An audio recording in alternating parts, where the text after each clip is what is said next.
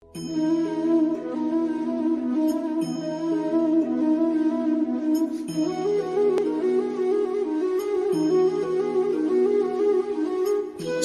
भगवद गीता अथ पंचम अध्याय। अर्जुन उवाच। अर्जुन भन्नुहुन्छ, सन्न्यासं कर्मणां कृष्ण पुनर्योगं न संशसे यश्रेययतयोरेकं तन्मे ब्रूहि सुनिश्चितम्। हे कृष्ण, कर्म सन्यासको र फेरि निष्काम कर्मयोगको पनि प्रशंसा गर्नुहुन्छ। यी दुईमा निश्चय गरिएको एक श्रेय कुरा मलाई भन्नुहोस्। श्री भगवान उवाच। भगवान श्रीकृष्ण भन्नुहुन्छ, सन्न्यास कर्मयोगश्च निःश्रेयसकरावुभौ तयोस्तु कर्म सन्यासात् कर्मयोगी विशिष्यते। कर्मको सन्यास अर्थात् कर्तापनको त्याग र निष्काम कर्मयोग अर्थात् समत्व बुद्धिले भगवत अर्थ कर्म गर्नु, यी दुवै परम कल्याणी हुन्। परन्तु यी दुईमा कर्म सन्यास भन्दा निष्काम कर्म विशेष श्रेष्ठ छ। हे अर्जुन, जानकी द्वेष गर्छ न इच्छा, त्यसलाई नित्य सन्यासी जान्नुपर्छ। किनभने द्वन्द्वरहित व्यक्ति नै सुखैले बन्धनबाट मोक्ष हुन्छ। सांख्ययोगो पृथक्बाला प्रवदन्ति न पण्डिता एकमप्यास्थित सम्य गुभयोर्विन्दते फलम्। सन्यास र निष्काम कर्मलाई मूर्खहरू अलग अलग भन्दछन्, न कि पण्डितजन। दुईमध्ये एकमा मात्र भलीभाँति स्थित व्यक्ति दुवैको फल स्वरूप प्रभु प्राप्त गर्दछन्। सन्यासी जुन धर्म प्राप्त गर्दछन्, निष्कामी कर्मयोगी त्यही पाउँदछन्। जो सांख्य र कर्मयोगलाई एक देख्छ त्यो नै यथार्थ देख्छ। परन्तु हे अर्जुन, निष्काम कर्मयोग बिना कर्तापनको त्याग हुनु कठिन छ। निष्कामी मुनि ब्रह्मलाई शीघ्र प्राप्त गर्छ। देह एवं इन्द्रिय वशमा राखेका विशुद्ध आत्माहरू समस्त प्राणीको आत्मरूप ब्रह्ममा एक भाव प्राप्त गरेका निष्काम कर्मयोगी कर्म गरेर पनि बाँधिँदैन। तत्त्व जान्ने सांख्ययोगी चाहिँ देख्दो, सुन्दो, छुँदो, सुक्दो, खाँदो, हिँड्दै गरेको, सुत्दै गरेको, श्वास फेर्दै गरेको, बोल्दै गरेको, ग्रहण गर्दै गरेको, हेर्दै गरेको, चिम्लिँदै गरेको छँदा पनि इन्द्रियहरू आफ्नो विषयमा विचरण गरिराखेकै हुन्छन्। यस्तो सम्झँदै निस्सन्देह यस्तो मान्दछ कि म केही पनि गर्दिनँ। जो सर्वकर्म ब्रह्ममा अर्पण गरेर आसक्ति त्याग्दै कर्म गर्छ, त्यो जलद्वारा कमलपत्र झैँ पापद्वारा पोतिने छैन। निष्काम कर्मयोगी केवल शरीर, मन, बुद्धि, इन्द्रियद्वारा पनि आसक्ति त्यागेर आत्मशुद्धिका निम्ति कर्म गर्छन्। युक्त कर्मफलं त्यक्त्वा शान्तिमाप्नोति नैष्ठिकीम् अयुक्त कामकारेण फले सक्तो निबध्यते। निष्कामी कर्मफल प्रभुमा अर्पण गर्दै प्रभु प्राप्ति रूप शान्ति प्राप्त गर्दछ, त सकामी फलमा आसक्त हुँदै कामनाद्वारा बाँधिन्छ। सांख्ययोगी चाहिँ न गर्छ न गराउँछ।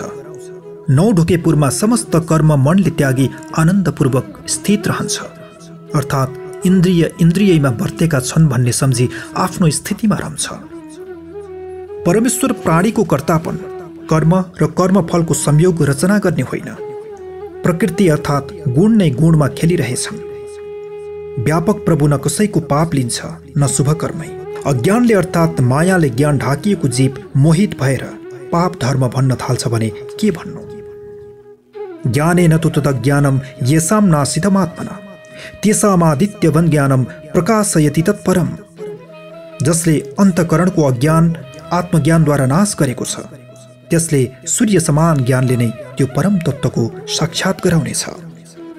प्रभुमै बुद्धि पसेका प्रभुमै तन्मय हुने एको भावमा निष्ठा भएका भगवत परायण व्यक्ति ज्ञानद्वारा पाप रहित हुँदै फर्कनु नपर्ने परम गति प्राप्त गर्छन्।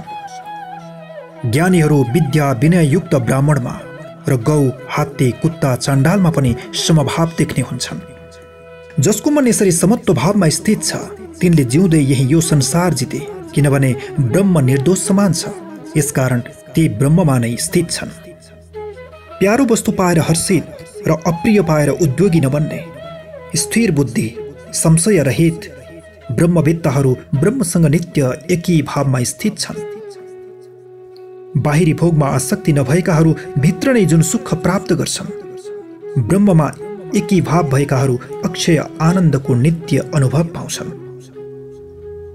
जो विषय र इन्द्रियको संयोगले हुने भोग छन्, निश्चय सम्झ कि ती दुःखका हेतु हुन्। आदि अन्त भएका र अनित्य छन्। हे अर्जुन, ज्ञानीहरू त्यसमा रम्दैनन्। जो मर्नु पहिले काम क्रोधबाट उत्पन्न हुने वेगलाई सहन सक्दछ त्यो नै यो लोकमा योगी हो, त्यो नै सुखी हो।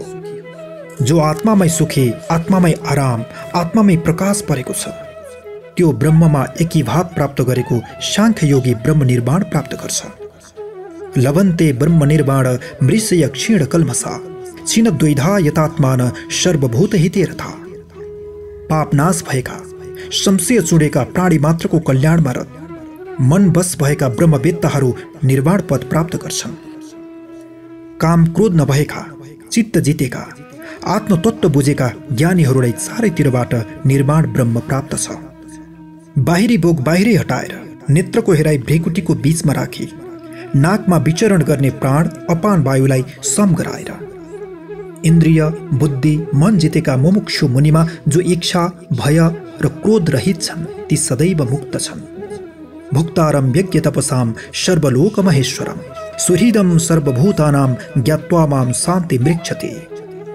यज्ञ तपस्याको रस भोग्ने, समस्त ईश्वरको पनि ईश्वर, समस्त प्राणीको सुहृद भनेर जीव जब मलाई चिन्ला तब त्यसलाई शान्ति मिल्नेछ। श्रीमद् भगवत गीता इति कर्म सन्यास योग नाम पंचम अध्याय। श्रीमद् भगवत गीताको 5औं अध्याय यही समाप्त हुन्छ। श्री परमात्मने नमः।